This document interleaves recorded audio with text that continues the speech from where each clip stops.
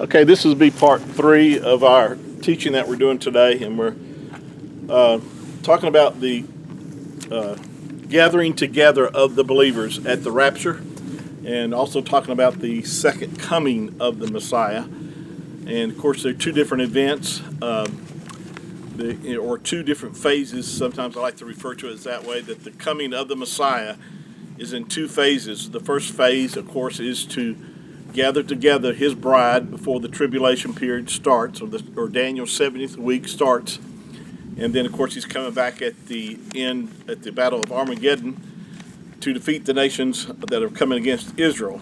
And so there's two different purposes for the rapture. Of course, is to gather the believers, and it's the second coming to defeat the nations that are coming against Israel.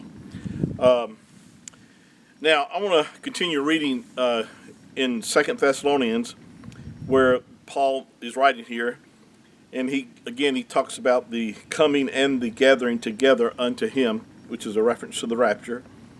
And then he says, verse 2, that you be not soon shaken in mind, or be troubled, either by spirit, nor by word, nor by letter, as from us, as the day of Messiah is at hand. And what he's making reference to here is that he's telling them, because that someone had forged a letter in his name saying that the tribulation period had already begun, and a lot of people were troubled by that. Of course, you would be troubled yourself if if you thought that the rapture had already taken place and that you were caught in the tribulation time frame.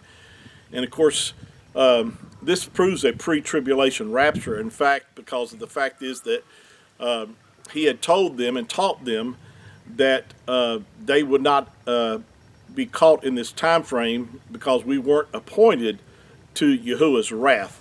This letter was written to the church in Thessalonica. These were believers. And so the Apostle Paul had told them that when they shall say peace and safety, then sudden destruction comes upon them. That them is, of course, unbelievers. And but he said that it would not catch us by surprise, because in the us is, of course, the true believers, is that we would know the time frame of the Messiah's coming.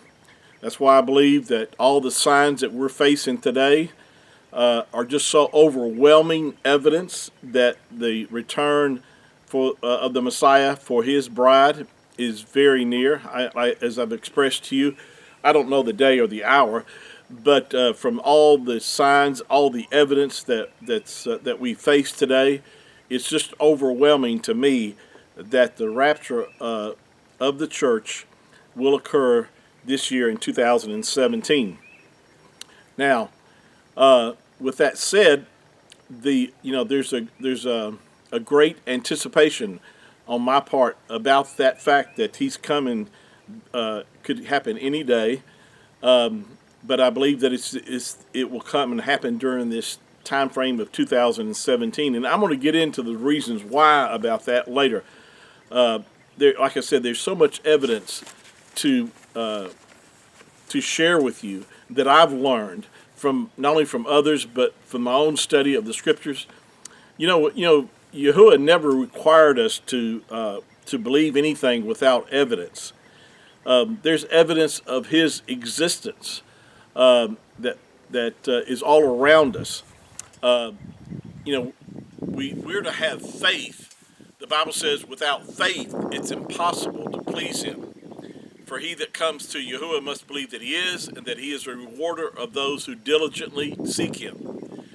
The Bible says that faith is the substance of things hoped for, the evidence, notice this, the evidence of things not seen.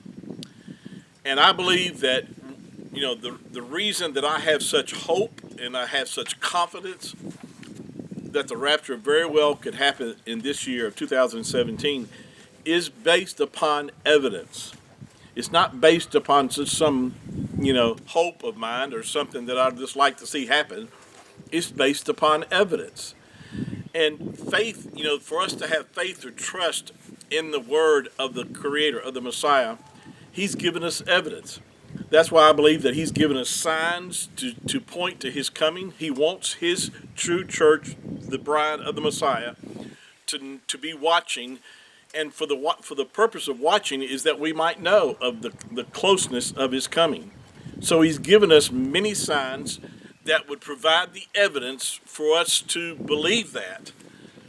You know, if you were picked as a juror on a trial of some kind, and let's say it was say someone being charged with committing a murder, and when you sit there as a juror, you're sitting there looking at all the evidence to cause you to come to some conclusion or belief about whether this person committed that crime or not.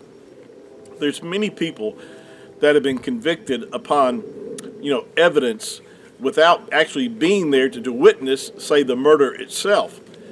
And so, for us to have belief, or for you to believe that we're that close, you have to search out the evidence. And it's clearly being revealed to us if you're seeking these things out. And that's why I'm sharing with you that's why I believe that the rapture will happen this year, simply because there's overwhelming evidence of that fact. Now, and again, like I don't really sort of got sidestepped here about what I intentionally originally wanted to share in this session.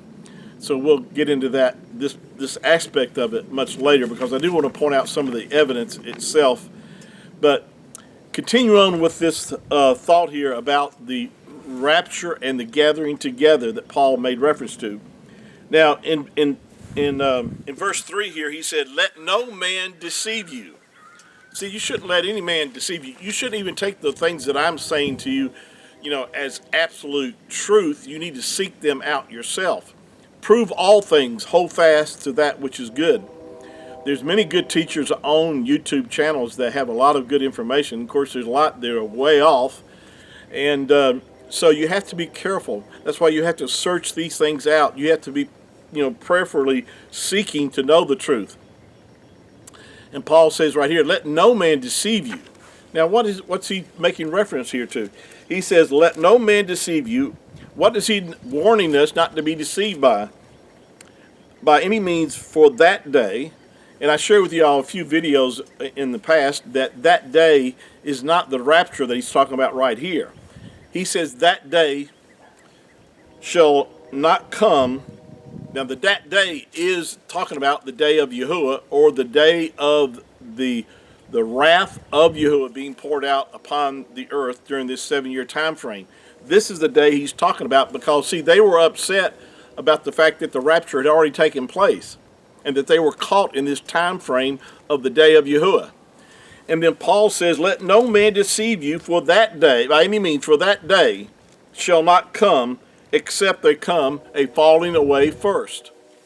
And I've shared with y'all, if you haven't listened to my past few videos, I shared with you about this term here, falling away, is really a bad translation, because the first 7 English translations translated this Greek word apostasia, as departure and not falling away.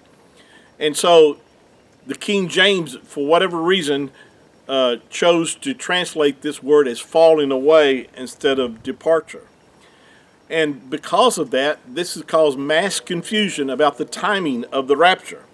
If you read it the way that Paul wrote it, and I believe that that's the way he was trying to communicate, that the day of Yahuwah would not come except there come a departure first. The departure he's talking about, of course, is the rapture itself. And that the rapture had to precede the day of Yahuwah. And so, we're going to get more into this in our next session, but I just want you to show you right here again that this is absolute proof that the rapture will take place before the tribulation or the day of Yahuwah. So thank you for your time today. I love you. Yahuwah loves you. And until then, shalom.